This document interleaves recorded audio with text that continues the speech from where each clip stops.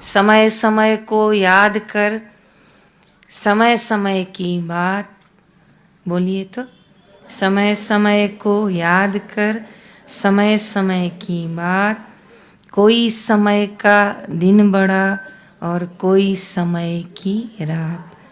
ठंडी के दिन छोटे होते हैं और रातें लंबी, गर्मी के दिन बड़े होते हैं और रातें छोटी। ऐसे ही सबके जीवन में कभी सुख तो कभी दुख, कभी लाभ तो कभी हानि, कभी मान तो कभी अपमान, कभी हार तो कभी जीत, कभी ऊपर तो कभी नीचे, कभी सर्दी तो कभी गर्मी।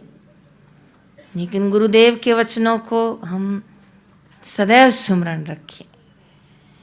श्रीमद् भगवद गीता के प्रसाद को हम सदैव स्मरण रखें कि सुख दुख लाभ हानि इन सब को जो सहना सीख जाता है, इसमें साक्षी बनकर रहना सीख जाता है, तो वो जीत जाता है। फिर वो अंत में स्वीकार करता है कि यदि इस शरीर का जन्म सत्य है तो एक न एक दिन इस शरीर की मृत्यु भी सत्य है। फिर वो साक्षी बनकर, दृष्टा बन के उसको भी स्वीकार करता है, तो फिर वो समता को प्राप्त होता है। और भगवान ने ही गीता में कहा, समत्व योग उच्चते। कई प्रकार के योग हैं, लेकिन सबसे उत्तम योग है समता का योग। इसकी चर्चा करना आसान, इस पे प्रसंग और कथा सुनना आसान, लेकिन इसको 100% व्यवहार में लाना बहुत कठिन है। कोई हमारा मान सम्मान करे और कोई हमारा अपमान करे, कोई हमारी बढ़ाई करे और कोई हमें गाली गलौज करे। उन दोनों के प्रति समदर्शन करना, उसमें उसी तत्व को प्रणाम करना, ये सबके बस की बात नहीं है। वो तो कोई कोई बाबू कहते हैं ना कि कोई मर्द होते हैं। क्या कहावत है? तो वो भगवान कृष्ण जैसे कोई कोई होते, बापूजी जैसे कोई कोई होते। हम में से भी लाखों में से कोई एक निकलेगा, कोई हजारों में एक निकलेगा। चलो निकलेगा वो तो ठीक है, पर ये शिविरों का आयोजन क्यों है कि 5-7 दिन भी उस समत्व योग का अभ्यास किया जाए। आप हृदय से देखोगे तो आपके घरों में और हमारे आश्रम में दिन रात का अंतर है।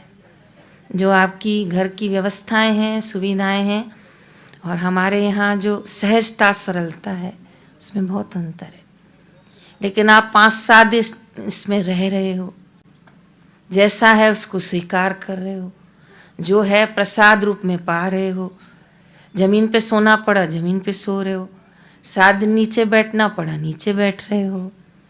चाय नहीं मिल रही है तो चला रहे हो, गाय का गर्म दूध नहीं है तो चला रहे हो। पता नहीं कितनी घर में और आश्रम में अंतर होता है। तो ये शुरुआत करवा रहे हैं बापूजी, ये समता का अभ्यास करवा रहे हैं कि इस तरह भी 5-7 दिन भी समत्व का अभ्यास हो। फिर 7 दिन होगा और आनंद आएगा तो कभी फ़ोन करके बोलोगे इस बार हम 15 दिन आ रहे हैं। फिर कभी सोचोगे 15 दिन क्यों, अब तो 1 महीना जा रही हूँ। और क्या पता ऐसा भी दिन आ जाए बोले मैं कायम के लिए आ रही हूँ। भाई मुझे अच्छा लग गया, 60 साल की हो गई, अब बहू बेटी सेट हो रहे हैं, पति हो गया भगवान को प्यारा जिसका भी, तो मैं अपनी अकेली चूड़ी हूँ। 2 चूड़ी होती है तो खन खन की आवाज़ करती है, तो मैं अकेली चूड़ी क्यों न अपना जीवन सफल करूं। तो जरूर से समत्व योग का अभ्यास करना चाहिए और बापूजी के वचनों को पुनः पुनः स्मरण करना चाहिए। नहीं स्मरण हो रहे हैं तो मंदिर के दीवार पे लिखवा दो, ये भी गुजर जाएगा। बोलिए तो, बापूजी बुलवाते थे ना, ये भी गुजर जाएगा। मैं आपको एक दृश्य याद करवाती हूँ। आज से करीब 10 साल 12 साल पहले गुरु पूर्णिमा होती थी 3 जगह पर। और बापूजी जब अंतिम गुरु पूर्णिमा यहाँ अहमदाबाद करते थे, विशेषतः वो गुरु पूनम का दिन होता था, तो ये महिला आश्रम का उधर छेड़ा है ना, एकदम आखिरी बड़दादा के उधर एक गेट है सामने, देखा होगा। उस गेट से पब्लिक इस गेट से निकलती थी, समझ गए आप? मतलब रोड से पब्लिक आती थी, एक तो रोड से सीधी जाती थी और रोड से इधर अंदर आती थी, इधर से महिला आश्रम से इधर।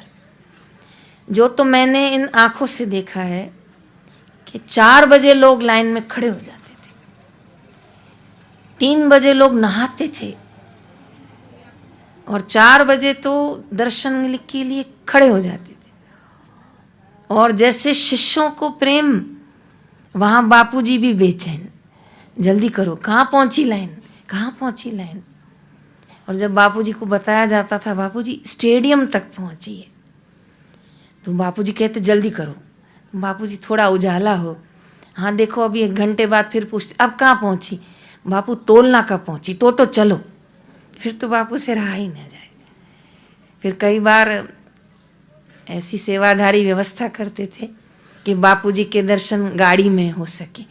बापूजी खड़े हो जाते थे और बापूजी दर्शन दे सकें, ऐसी व्यवस्था रथ में या ऐसी सुंदर गाड़ी सजाई जाती थी। और जब बापूजी देखते थे कि टोल नाका तक भीड़, यहाँ वाटिका के आगे तक भीड़, तब बापूजी इतनी जल्दी जल्दी करवाते थे, तो भी शाम को 7-8 बजे भी लाइन खुटती नहीं थी। मैं भी साक्षी हूँ, आप में से भी कई साक्षी। तब बापूजी एक श्लोक बुलवाते थे व्यासपीठ से। वो शब्द थे, बहुत गई थोड़ी रही, व्याकुल मन मत होए, धीरज सबका मित्र है, करी कमाई मत खो। तो ये शब्द है ना गुरुदेव के, ये रतन स्वरूप शब्द है, ये अनमोल शब्द है। इसको अपनी पंचामृत में लिख दो। इसमें अभी जो शास्त्र आपको दिया गया लिखने के लिए, उसमें रखो। तो घर में झगड़ा हो जाए तो उस समय कोई एक तो धीरज धरो, लेकिन उस समय सोचेगा, बाबू क्या कहते थे, तू भी रानी मैं भी रानी। हाँ, आपको तो सब आ गया है। कौन भरेगा घर का पानी। तो ये लड़ाइयाँ इसीलिए तो होती हैं, और किस लिए होती हैं। आज मुझे किसी ने संदेश करवाया कि बहन जी हमारे घर में महीने में 1 बार लड़ाई होती है, पर ऐसी होती है कि आर पार। पड़ोसी भी हमसे डर जाता है कि इनके घर में क्या हो रहा है। तो ऐसी कभी लड़ाइयाँ हो ना तो मन खराब हो जाता है। फिर शाम को माला करने बैठो तो भजन में भी मन नहीं लगता है, आंखें गीली हो जाती हैं, मन खराब हो जाता है, लगता है ये क्या हो गया, आज किसने ज़्यादा बोल दिया, अरे मुझे ऐसा नहीं बोलना चाहिए था, अरे इसको ऐसा नहीं करना चाहिए था। फिर वो बाद में समझ में आता है, क्योंकि हमारा अभ्यास जो है वो भी 100% परिपक्व नहीं है। हम पूर्णतः समत्व योग को प्राप्त नहीं है। इसीलिए लड़ाई होने के बाद समझ में आता है, फिर 2-3 दिन लगते हैं। लेकिन उस समय कोशिश करनी चाहिए कि थोड़ा चुप रह जाना चाहिए। सबसे अच्छी चुप, बोलो, सबसे अच्छी चुप। जो अक्लमंद होगा, समझदार होगा, वो उस समय थोड़ा चुप रह जाएगा। और ये बात तो आप समझ लो, जलती हुई आग में कोई घी डालेगा तो आग भड़कने वाली है, बुझने वाली नहीं है। पर कोई चुप रह जाए, अपना कमरा बंद करके जाके बैठ जाए, मंदिर में जाके बैठ जाए, घर के नीचे टहल के आ जाए, थोड़ी देर आश्रम चला जाए, नज़दीक हो तो कोई सेवा में चला जाए, पूज्य बापू जी का सत्संग लगा के बैठ जाए, थोड़ी देर मौन धारण कर ले, कुछ तो करना पड़ेगा। हाँ, घर के जो पोछा लगाओ उसमें गौ जरण डालो, वो बहुत अच्छा बात है, वो नुस्खा है, एक उपाय है। वो घर के चारों दिशाओं में घर के स्नान घर में, रसोई घर में जितने भी कक्ष हैं, उसमें कांच की कटोरियों में साबुत नमक रखो। समुद्री नमक समझते हैं, वो मोटा नमक आता है, 1 रुपए 2 रुपए किलो, वो भर के रखो। इस बार अमावस्या रविवार को है, तो सोमवार को प्रथम दिन होगा, तो सोमवार को भर के रख दो। फिर दूसरे महीने जो अमावस्या आएगी उस दिन कटोरी ऐसे किचन का नल खोलो और पूरा नमक बहा दो। सबसे ज़्यादा नकारात्मक ऊर्जा खींचता है तो वो नमक है। और कभी लगे ना किसी ने मुझे टोक दिया है, रोक दिया है, तो पानी में नमक डाल के नहा लिया करो। और इस तरह घरों में नमक कटोरियों में रख दो। आश्रम की फिटकरी वरदान है, वो रख दो जयराम जी की। बस एक ध्यान दिया करो, घर में सूर्य की किरणें आए, घर में एंटी वेंटिलेशन हो, आमने सामने नहीं हो तो कुछ देर के लिए भी खिड़की दरवाजे खोल दो। कितना वरदान है हमको आश्रम। गोबर के कंडे हमको तैयार मिलते हैं, धूप हमको तैयार मिलता है। थोड़ा कपूर डालो, धूप डालो, यहाँ कितना अच्छा धूप होता है। थोड़ा घी डाल दो और घर के 4-5 कक्षों में सब में खूब धूप करो जयराम जी की। और कोई आए जाए उसको बिठाओ, पानी पिलाओ, लेकिन एक हद तक ही वो आए, प्यार से आए और वहीं से उसकी वापसी हो जाए। माताओं को व्यवस्था रखनी चाहिए घर पे, झगड़े नहीं हो। लगता है जिस बात पे झगड़ा हो उस बात को ही छोड़ दो। जय पग में भाई उन पग खे हिलाए, सिंधी में बोलते हैं जिस पगड़ी में आग लग गई उस पगड़ी को सिर पे पहनना क्या, उसको तो तुरंत उतार दो, नहीं तो पगड़ी तो जल गई, फिर वो तुम्हारा सिर भी जला देगी। तो जिस बात को लेके मुद्दा बन रहा है, माताएं बड़ी कुशल होती हैं, इतनी कुशल मैं आपको मानती हूँ। भगवान कृष्ण जैसे को चला लेती थी, राम जी जैसे को चला लेती थी। तो परिवार चलाना क्या बड़ी बात है। लेकिन वो भी अगर 440 वोल्ट हो जाए तो फिर घर का बचना मुश्किल है जयराम जी की। तो सास बोले तो बहू चुप हो जाए। कहोगे बहन जी उल्टा सिखा दो, उल्टा सिखा देती हूँ। बहू बोले तो सास चुप हो जाए। इसमें बुरा मत मानो, मैं सास होके चुप हूँ, क्यों? तू बहू होके चुप नहीं होगी, क्यों? तो क्या हो गया? उसके संस्कार उसके साथ, मेरे संस्कार मेरे साथ। मैं नहीं बोलने में विश्वास रखती हूँ, मैं चुप बोलने में विश्वास रखती हूँ, मैं हंस के टालने में विश्वास रखती हूँ, मैं बापूजी के वचनों को उस समय स्मरण करने में विश्वास रखती हूँ। कोई एक बदलो तो दूसरा धीरे धीरे बदल जाएगा। क्योंकि माताएं ना अक्सर इसी बातों पे परेशान होती कि पति के साथ झगड़ा हो गया, इसके साथ हो गया, और कभी कभी तो हो जाए तो खूब हंसा करो कि सबके यहाँ होता है और मेरे यहाँ भी हो गया, लो पूरा हो गया। फिर वो मंत्र गा लिया करो, होता है ऐसा भी होता है। और ये जो आपके इस जन्म के पति है ना, आप मेरी बात को ठीक ठीक समझना, उलझना नहीं।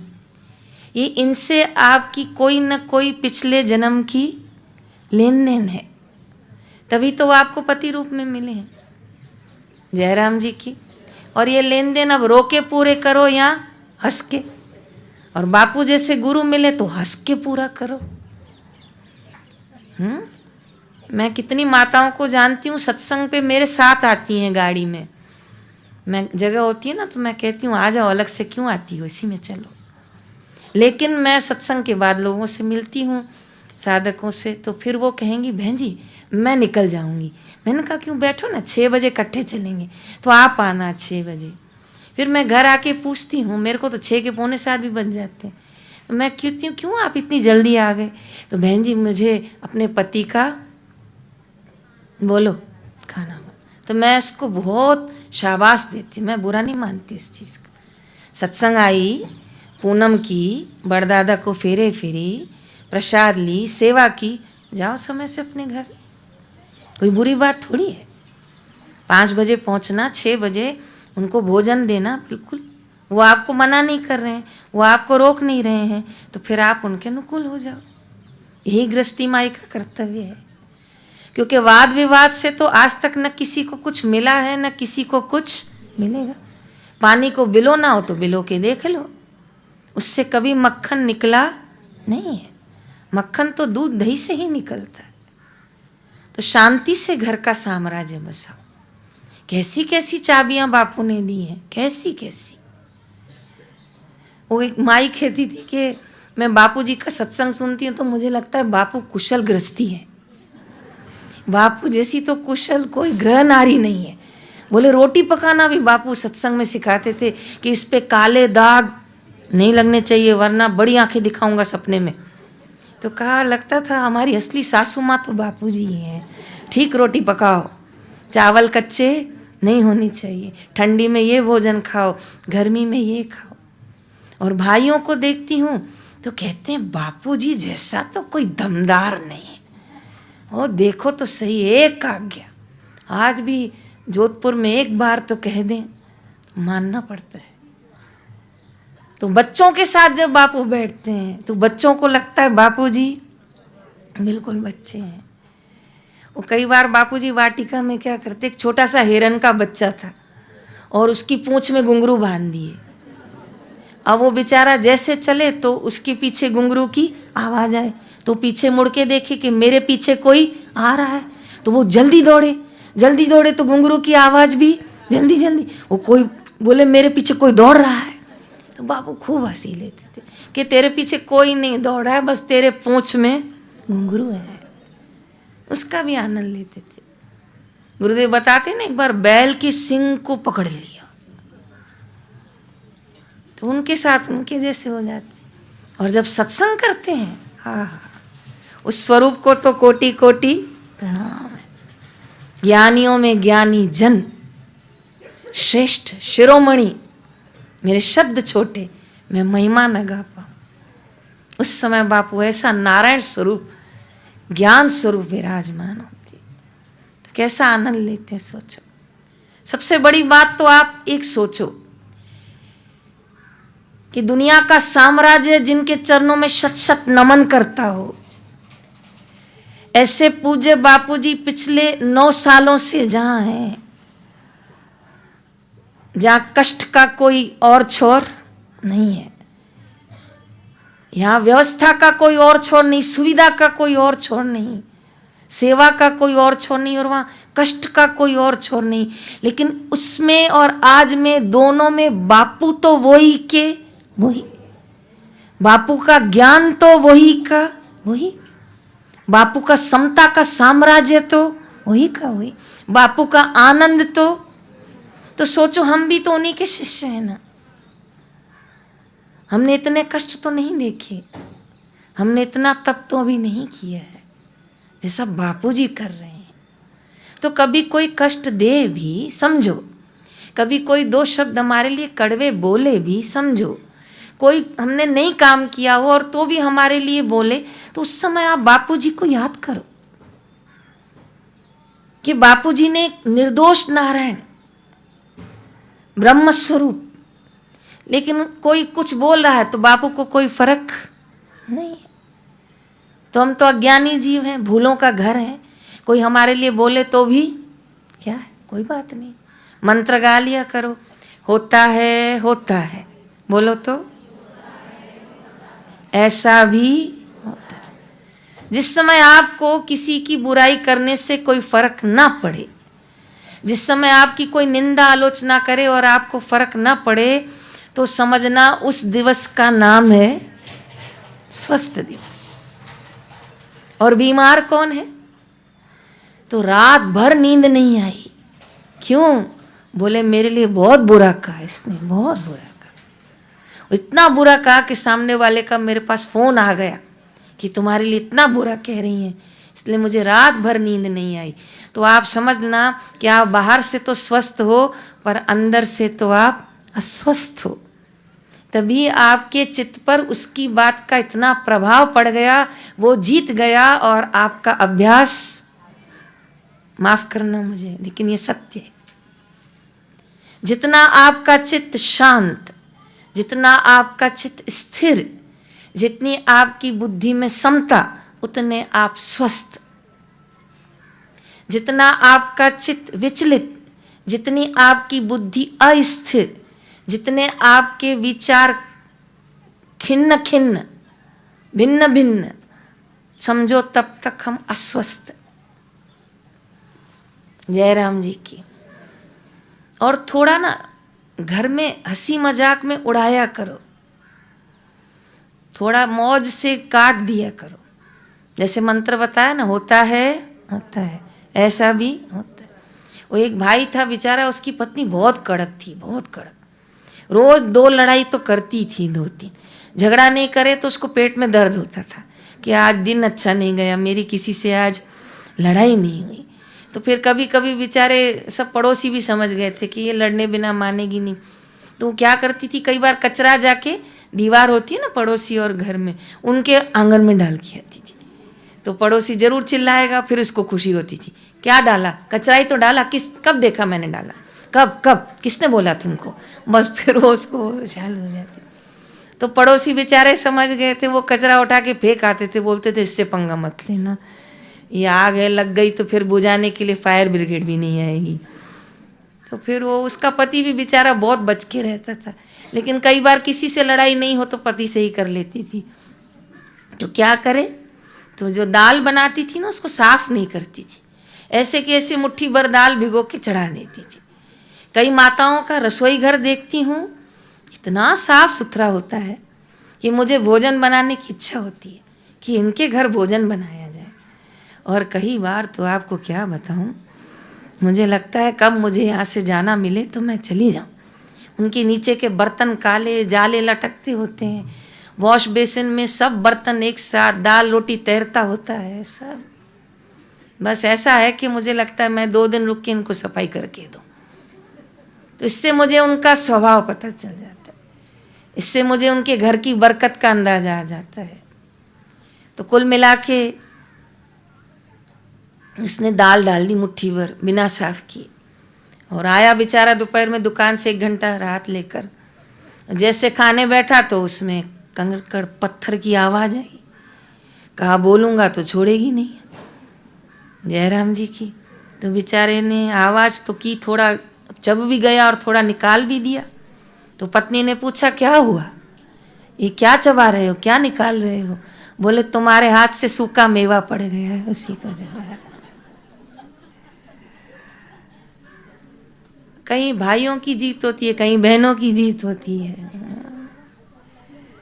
पर कुल मिला के बापू कहते हैं कि नारी तू नारायणी, तू चाहे तो घर स्वर्ग बन सकता है, और तू न चाहे तो घर नर्क बन सकता है। बच्चे गाली देते हैं, कहाँ से सीखे। बोले लड़ाई होती ना, हम तब कान लगा के सुनते, लोग क्या बोल रहे थे, संस्कार पड़ जाते हैं। संभलो, समझो, कुछ दोष हो तो कल बड़दादा पे छोड़ के जाओ। जयराम जी की। एक टीसी था, ट्रेन में टिकट चेक कर रहा था, 2 महात्मा बैठे थे। भाग्य से एक महात्मा की टिकट हुई थी, एक की नहीं हुई थी। टीसी बड़ा विशाल स्वभाव का था, उसने कहा अच्छा एक की नहीं है, तो कहा नहीं रह गई है, हमने करवाई तो 2 टिकटें थी पर एक की ही कंफर्म हो पाई। तो कहा कोई बात नहीं, मैं 2-3 स्टेशन आगे उतर जाऊंगा, मेरा 7 नंबर है, वो आप ले लीजिएगा। आप 7 नंबर मेरा ले लो। तो जब टीसी के उतरने का टाइम आया, वो संतों को बोलने आया कि आइए मेरी सीट खाली है। फिर प्रणाम किया महात्मा को और 500 रुपये दिए हाथ में। जयराम जी की बोलिए तो सही। तो महात्मा हैरान हो गए, कहा आपने हमको सीट दी वही बहुत है, हम पैसे क्या करेंगे। कहा नहीं, ये मेरी घरवाली ने, मेरी पत्नी ने मुझे सिखाया है कि कभी भी संत महात्माओं के पास जाओ तो खाली हाथ नहीं जाना चाहिए। तो कहा तुम आए थोड़ी हो, हम तो सहज में तुमको मिल गए हैं और तुमने सेवा करी इतनी बड़ी, तुमने अपनी सीट दी है हमको, पैसे छोड़ो। तो कहा नहीं महात्मा, घर जाऊंगा और बताऊंगा ना कि ट्रेन में 2 संत मिले थे और 500 रुपये दे आया, तो वो बड़ी खुश होंगी, कहेंगी अच्छा किया, अपनी कमाई में से कुछ संतों को दिया है। मैं उनके कुछ नियमों को पालता हूँ, महात्मा जी आप रखो, आपको जरूरत नहीं है, पर गृहस्थी का धन कैसे सार्थक होगा।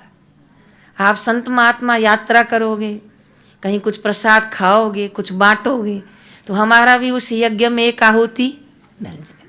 और कोई 5,000 तो मैं आपको दे नहीं रहा हूँ, एक 500 है, रख लो। तो संत बड़े खुश हो गए, बड़ा अच्छा आपको जीवन साथी मिला है। कहा हाँ महात्मा, ये संस्कार मेरे घर वालों के नहीं है, वो तो खा पी के मौज करने वाले, ये जब से आई ना तो मेरा जीवन बदल गया। पर आपको क्या बताऊं, ये जब आई ना तो इनका दहेज का जो बैग आया उसमें सबसे ऊपर श्रीमद् भगवत गीता और भागवत था। तो हम लोग हंस रहे थे कि दहेज की बैग में तो सबसे ऊपर गहने रखने चाहिए।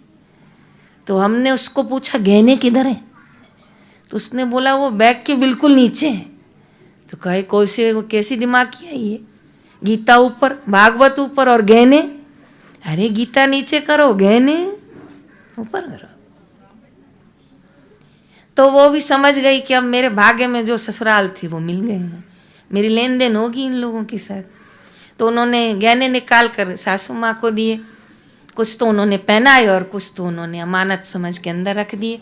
कहा ये शास्त्र क्या है, क्या करोगी।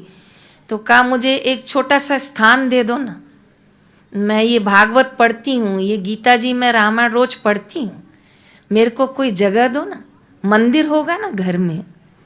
तो कहा भाई इधर मंदिर कोई नहीं।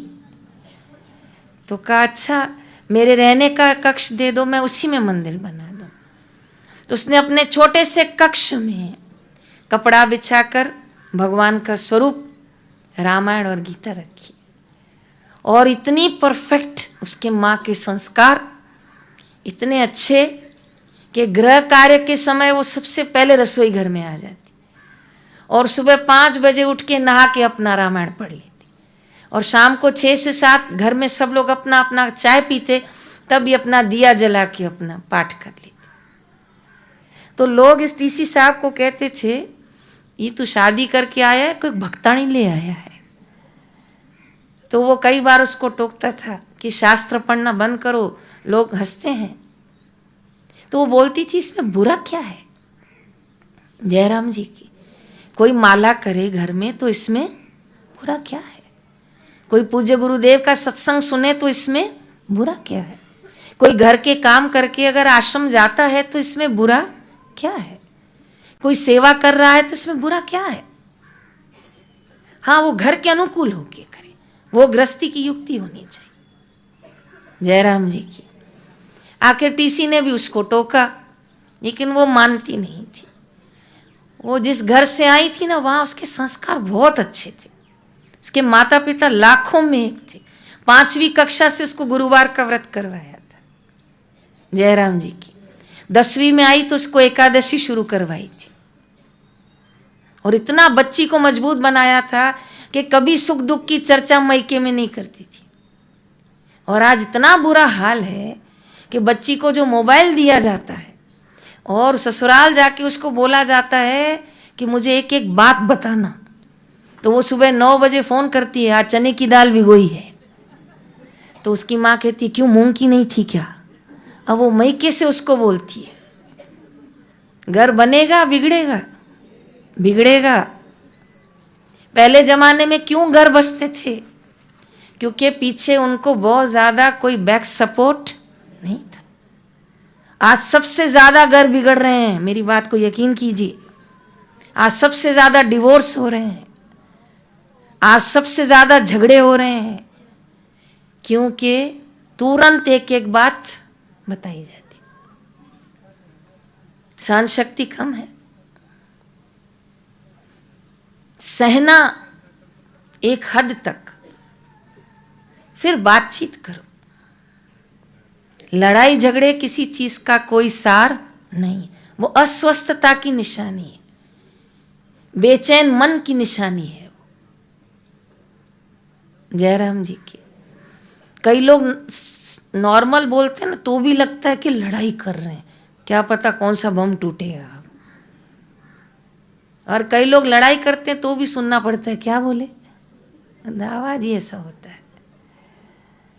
जयराम जी की तो वो एक दिन क्या किया, घर वालों ने सबने मिलके कि एक दिन के लिए मैके गई तो इनका भागवत और रामायण उठा के छुपा दिया। कई लोग होते हैं ना बापूजी का फोटो ही उठवा देते, बापू का फोटो रखोगी तो घर में नहीं रहना। और इतनी हमारी बहनें मजबूत होती हैं, कब्बड में कपड़ों के पीछे रख देती, रोज कपड़े निकालती हैं और ओम श्री गुरवे नमः, आधा घंटा कमरा बंद कर देती हैं, बापू के स्वरूप के आगे माला करती हैं, फिर बापूजी को कहते हैं थोड़ी देर बाद शाम को मिलती हूँ। युक्ति से मुक्ति। वो कल तो एक बहन ने पेपर में क्या किया है, प्रश्न था कि घटोत्कच की माता का नाम क्या है, तो उसने प्रश्न को बदली किया और प्रश्न को लिखा घटोत्कच के पिता का नाम क्या है। खुद ही माता की जगह पर पिता कर दिया और फिल इन द ब्लैंक्स में भीम डाल दिया और समझ गई कि 1 मार्क मेरी कंफर्म। तो भाई क्यों किया, बोले माता नहीं तो पिता, कुछ तो लिखा। ऐसे पेपर डाले हैं लोगों ने। एक बहन ने तो नीचे लिख के दिया है, समय बहुत कम था, बार बार तंग किया गया है। और क्या तंग किया, आधा घंटा तो दिया और क्या दे, 1 घंटा क्या 25 मार्क के लिए देंगे क्या आपको। फिर एक ने लिख के दिया मैं चश्मा भूल गई थी इसलिए ऐसा हुआ है, तो हम क्या करें, चश्मा भूल गए थे। बड़ा पेपर में कल आनंद आया है। डरना नहीं, दोबारा 50 मार्क कर लेंगे हम आपसे। नारायण हरि नारायण हरि। तो उसके शास्त्र ही छुपा के रख दिए। वो जब आई मायके से तो कहा मेरे शास्त्र कहाँ हैं, तो कहा ढूंढ लो, जहाँ रखे होंगे ढूंढो। ऐसे लोगों का भी सामना करना पड़ता है कई बार, पर हिम्मत न हारिए, प्रभु न विसारिए, हंसते मुस्कुराते हुए। अरे कैसी कैसी साधवियां हो गई। बापू नहीं बताते थे उसका पति भी गुजर गया जंगल में, उसके बेटे भी झाड़ियों में फंस गए, भगवान बुद्ध की शिष्या हो गई वो। फिर याद आ रहा है प्रसंग, पटाचारा थी, क्या नाम था, जो उनके पति भी गुजर गए, जंगल में मैके जा रही थी और एक बच्चे को जानवर ने खा लिया, यही था ना। तो कैसा कैसा कठिन जीवन होता है। आप देखो, मैं अपनी दादी नानियों को सुनती थी तो 10-10 बच्चे हैं उनको सबको, पर वो सबको पाल के बड़ा करके खुशी से किया। और घर में रहने जाओ तो 10 बिस्तरे इकट्ठे लगाते थे, आओ सब दूध पियो, सब हलवा खाओ। और यहाँ कोई 2 दिन तो रहने जाए तो तीसरे दिन बोलती हैं जरा पूछो टिकट कब है, हमको जाना है। दिल छोटा हो गया, धन बढ़ गया। पहले धन कम था और दिल बड़ा था, इसलिए ननन को भी बेटी बना के शादी करवाते थे। मुझे आज तक नहीं पता है कि सौतेले और सगे क्या वो घर में ऐसे रहते थे कि आखिरी तक किसी को, क्यों पहले जमाने में एक पत्नी गुजर जाती थी ना, स्वास्थ्य की सुविधाएं नहीं होती थी, तो दूसरी करते पता ही नहीं चलता था, लास्ट तक नहीं पता चलता। ऐसे रिश्ते होते थे क्योंकि नारियां बहुत मजबूत होती थी। जैसे पानी में शक्कर, दूध में शक्कर घुल जाए पता ही, वो कहते थे ला तेरे बेटे को भी दूध पिलाती हूँ और अपने को भी पिलाती हूँ। वो देवरानी के बेटे को भी दूध पिला देती थी, कहती तू खाना बना ला मैं पिला देती। ऐसी ऐसी मैंने बहनें जेठानियाँ देखी हैं, जानती हूँ मैं उनको आंखों से। और आज तो तौबा, एक बच्चा किया तो तौबा तौबा तौबा करनी थी। हिम्मत कम हो गई, साहस कम हो गया, सहन शक्ति कम हो गई। पति 2 शब्द बोलते हैं तो वहां से मां ऑर्डर करती है 4 बोल। अरे भाई बोलो, मनाही नहीं है, पर थोड़ा घर को संभालने की कोशिश करो। मेरी बात को बुरा नहीं मानना, घर बनते बहुत मुश्किल से हैं और घर टूटते बहुत जल्दी हैं। घर बनाने में कितनी मेहनत लगती है, इसलिए इसको जल्दी से तोड़ने मत दिया करो, थोड़ा छोड़ दिया करो। बहुओं को भी, अच्छा बेटियां कई बार जवाब नहीं देती हैं, सगे बेटे नहीं जवाब देते, कितना सारा देते हैं, तो उसको माँ कैसे माफ कर देती है। वो भूल जाती है बेटे की बात, और बहू की बात 7 साल बाद भी फोन पे सुनाई, तू ही थी ना, मुझे बोला था, तू ही थी ना। उसको भी छोड़ दो, वो भी बेटी है आपकी, क्योंकि आप तो सत्संगी हैं। जयराम जी की आप तो कौन सा दिवस मनाने आए हैं? वो तो बीमार हैं क्योंकि उनके जीवन में सत्संग नहीं है, उनके जीवन में तो नियम जप नहीं है, उनके जीवन में तो बापूजी नहीं है। हम तो स्वस्थ होने आए हैं और हम तो स्वस्थ हो रहे हैं, क्योंकि हम दिन मना रहे हैं स्वास्थ्य दिवस। तो आपकी दृष्टि से ऐसा होगा कि कोई तन से बीमार है, पर शास्त्रों की दृष्टि से देखो तो कोई मन से भी बीमार होता है। उसके मन में जब देखो विचार विचार विचार, आखिर डिप्रेशन में चला जाता है। कोई तन से बीमार होता है, कोई मन से बीमार होता है, कोई बुद्धि से बीमार होता है, और तो क्या बोलूं, कई स्वभाव से बीमार होते हैं। जब मुंह खोलेगी झगड़ा ही होगा, और जैसे खोले ना उसके मुंह में गुड़ डाल दिया कर, बोले मीठा खाओ मीठा खाओ। जयराम जी की एक दिन बापूजी एक प्रसंग सुना रहे थे, कहा 3 माइयाँ थी और तीनों एक जगह मिली आपस में, और माताएं मतलब बातें तो जरूर होती हैं। बापूजी कहते थे 4 मड़े तो चोटला फूटे कोई ना उड़ना, ऐसा कुछ होता था। खैर आपके लिए तो नहीं है, आप तो साध्वियाँ माताएं हैं, अभ्यासु हैं। लेकिन वो 3 आपस में मिली तो खूब बातें कर रही थी। तो पहली वाली ने बोला, मेरा पति इतना भुलक्कड़ है, इतना भुलक्कड़ है कि कुर्ता पहन के आ जाता है और बाहर निकलने को होता है तब मैं कहती हूँ पैजामा रह गया, कहता है अरे भूल गया मैं तो अभी पहन के आता हूँ। तो कहा उसको याद करना पड़ता है कि तेरा पैजामा भूल गया तो कुर्ते में ही बाहर जा रहा है। तो दूसरी बोली, मैं तो क्या बताऊँ, मेरा पति इतना भुलक्कड़ है, खाना खा के कुल्ला करके बैठता है और थोड़ी देर बाद बोलता है आज क्या बनाने वाली, भूख लगी है। तो कहा अभी जो खाया, तो कहा कब खाया, हाँ कब खाया, तो कहा भूल जाता था, खा के भूल जाता, इसलिए उसको बार बार खाना बनाना पड़ता है। तो तीसरी वाली बोली, तुम दोनों का तो फिर भी ठीक है, कपड़े और भोजन ही तो भूलता है। वो मेरा पति तो एक बार मेरे साथ साड़ी की दुकान पे चला और वो साड़ी वाला साड़ियाँ दिखा रहा था, तो मैं उसको दिखा रही थी देखो ये ले लूं। तो वो साड़ी देखते देखते अचानक से मुझे घूर के देखने लग गया और मुझे देखा जाए देखा जाए। मैंने कहा क्या हुआ, क्यों देख रहे हो, क्या हुआ, तुमको कहीं देखा है?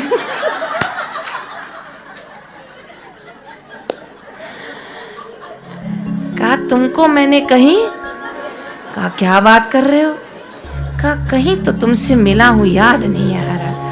उठी और कान मरोड़ा जोर से उसका, कहा आ गया, याद आ गया है। कहा वो तो ऐसा भुलक्कड़ है, ऐसा भुलक्कड़। बापू बहुत अच्छे से सुनाते, मैं तो अच्छे से नहीं सुना पा रही हूँ। ऐसे भुलक्कड़ भी होते हैं लोग। तो ऐसा हंसी विनोद कर लिया, गुरुदेव का कोई चुटकुला सुन लिया, सुना लिया, कोई अच्छा सा प्रसंग सत्संग का चला लिया। माताएं ना बहुत परेशान रहती हैं, मेरे से मिलती है ना तो मैं सोचती हूँ हे भगवान इनका क्या किया जाए, इनके बदले मैं ही बड़ को फेरे फेर लूंगी। वो एक ही चिंता करेंगी, मेरा बेटा माला नहीं करता, मेरा पति मेरी बात नहीं सुनता। ये सब छोड़ो अब, जयराम जी की किसी का बेटा सुनता है, किसी का पति नहीं सुनता, किसी का पति सुनता है, किसी का बेटा नहीं सुनता। आप सबसे पहले अपने आप से पूछो, क्या ये मेरा शरीर मेरी सुनता है? आज हम नीचे, कई लोग ऊपर बैठे हैं क्योंकि उनका घुटना उनकी बात नहीं मान रहा है। उनकी हार्दिक इच्छा थी हम नीचे बैठे, पर घुटने ने बोला नो मैडम, हम चेयरमैन बनेंगे। तो सब चेयरमैन बन गए। जो चेयर पे बैठे वो चेयरमैन। तो क्या करें, घुटने की बात सुननी पड़ी कि नहीं? कहाँ माना वो हमारी? हम सोचते हैं 4 रोटी की जगह 5 खाएं, पेट मानता है? हम सोचते हैं हमारे बाल सफेद नहीं हो, पर हो रहे कि नहीं? मान रहा है? नहीं मान। हम सोचे मृत्यु नहीं आए, पर वो भी एक न एक दिन आएगी। तो जब अपना शरीर, जिसको हमने सबसे अधिक समय दिया है, जिसको हम स्वयं मैं मानते हैं अज्ञानता के वश, वो भी हमारी बात सुनता, तो कभी संसार में किसी ने न सुनी, बेटे बहुओं ने न सुनी, तो मंत्र गा लिया करो, होता है ऐसा भी। अरे मेरी प्यारी बहनें, जरा गौर करो, क्या प्रभु श्री राम की दोनों संतानों को, क्या प्रभु श्री राम का प्यार मिला, लाड मिला, नाम मिला, पूरी तरह से राज्य मिला? कहां मां सीता दोनों को बन बन पाली है। सोचो, भगवान श्री कृष्ण के बच्चों ने क्या भगवान कृष्ण की बात मानी? पूरा यदुवंश कुल समाप्त हुआ। तो आपकी मेरी तो क्या बात करें हम यहां, क्या चर्चा करें, बताओ। गुरु नानक साहब के 2 पुत्र हो गए, बाबा लक्ष्मीचंद, बाबा श्रीचंद। तो भी जो गुरु गादी चली वो बाला और मर्दाना से चली, क्योंकि नानक साहब हो सकता है पूरे संतुष्ट उस समय न हो। जयराम जी की कहां चलता है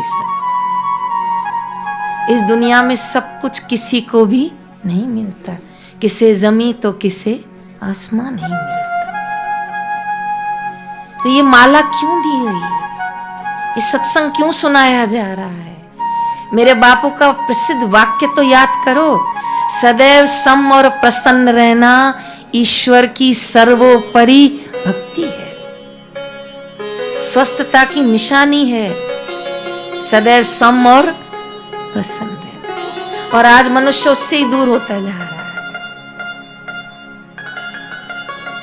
स्टेशन पे जा रही थी, एक बार एक कुत्ते ने मटके में मुंह डाल दिया था, और वो मटका तो तोड़ दिया, पर उसकी जो रिंग थी मटके की, वो उसके गले में फंस गई थी, और वो पूरा रिबा रहा था उसका गला। मैं भी देख रही थी, मेरे पीछे 2-3 लोग और देख रहे थे। तो उन्होंने मेरे को देखा कि बहन जी मदद करोगी? मैंने कहा आ जाओ, क्योंकि मर जाता थोड़ी देर में, जितना वो फिक्स हो गया था इसको। तो किसी ने उसके 2 पैर पकड़े, किसी ने हाथ पकड़े, और एक बंदा तो उसके ऊपर चढ़ के उसको पूरा पकड़ लिया। फिर एक बंदे ने ब्लेड निकाला, वो प्लास्टिक का घड़ा था, लेकिन उसको लगा हम उसको मारने जा रहे हैं। तो इतना काटे पूछो नहीं, लेकिन कैसे तैसे करके उसको यहाँ पर उसको प्लास्टिक को काट दिया, बाकी ऐसे कर दिया, तो उसका गला एकदम ठीक हो गया। फिर तो वो ऐसा करके हमारे पीछे तक आया, बाहर तक। फिर तो हम अपने घर आ गए, लेकिन इतना मन को शांति मिला। जयराम जी की निष्काम सेवा। कोई ऐसा समाज में काम कर लिया करो, रोज किसी को ऋषि प्रसाद दे दिया करो, 50 रुपए, बोले आप पढ़ो, हो गए 50 रुपए, क्या बड़ी बात है, रखो। किसी के छोटे बच्चे को बोला करो 1 घंटा ले जाओ, हमारे यहाँ बहुत अच्छा बाल संस्कार है, सेवा है। रोज रात्रि को सोते समय अपने आप को पूछो, क्या, बोलो, आज मैंने समाज को क्या दिया? आज मैंने प्रकृति में, सृष्टि में क्या दिया? तो उत्तर आएगा, सुबह से सूरज से रोशनी ली, हवाएं ली, खेती से अन्न लिया, सब्जी ली, पानी लिया, श्वासें ली, सेवा ली, मदद ली, पैसा लिया। लेकिन पूरे दिन में हमने समाज को क्या दिया? देना सीखें, स्वस्थ हो जाओगे। बापूजी बताते थे, एक यहाँ हमारे यहाँ काका थे, उनको बहुत कब्जियत की बीमारी रहती थी। तो बापू ने उनको एक ही उपाय दिया कि रोज सुबह जाओ और कुछ गरीबों को बांटो। लेकिन वो बांटते जाएं और हाथ उधर फिर को ले, कल कल कल वापस ले, आधा दे आए आधा छोड़ा, कभी बांटा है कभी ना बांटा।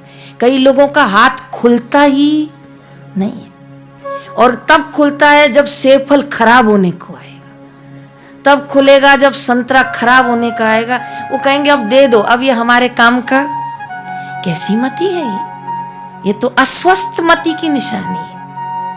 इसका मतलब हमारी बुद्धि स्वस्थ नहीं है। तभी वो चाहती है कि जब चीज बिगड़े तब मैं किसी को खिलाऊं। स्वस्थ बुद्धि होगी तो कहेगी तूने खाया मतलब मैंने खाया। लो ताजा ताजा संतरा है, ये किन्नू गंगानगर आश्रम के बहुत मीठे हैं, लो तुम खाओ ना। अरे मैं तो वैसे ही खाती हूं, तुम खाओ। तो मति स्वस्थ है। जयराम जी की कई बार माताओं को बड़ी भविष्य की चिंता होती है, इसलिए ठूस ठूस के रखते रहते हैं। तो समझना बुद्धि अस्वस्थ है। बापू के वचनों को स्मरण करो ना, खिला पिला कर देह बढ़ाई, उसको भी अग्नि में जलाना है। कर सत्संग अभी से, नहीं तो फिर पछताना है। तो स्वास्थ्य दिवस, स्वस्थ दिवस, हार्दिक शुभ भावना करती हूं कि आप तन से भी स्वस्थ हों, आप मन से भी स्वस्थ हों, आप विचारों से भी स्वस्थ हों, आप बुद्धि से भी स्वस्थ हों, और अंत में कह रही हूं कि आप स्वभाव से भी स्वस्थ हों, ताकि आप जिससे मिलें और वो कहे कि ये किसका शिष्य है, इससे मिलके बड़ा आनंद आया, तब गर्व से कहें ये आशाराम जी बापू का शिष्य है। जयराम जी की तो ऐसी स्वस्थ दिवस की हार्दिक शुभकामना। दुनिया के इस मेले में आना है और जाना है, दुनिया के इस मेले में आना है और जाना है। मेरा तेरा कुछ भी नहीं, हरि नाम साथ में जाना है। ओ मेरा तेरा कुछ भी नहीं, हरि नाम साथ में जाना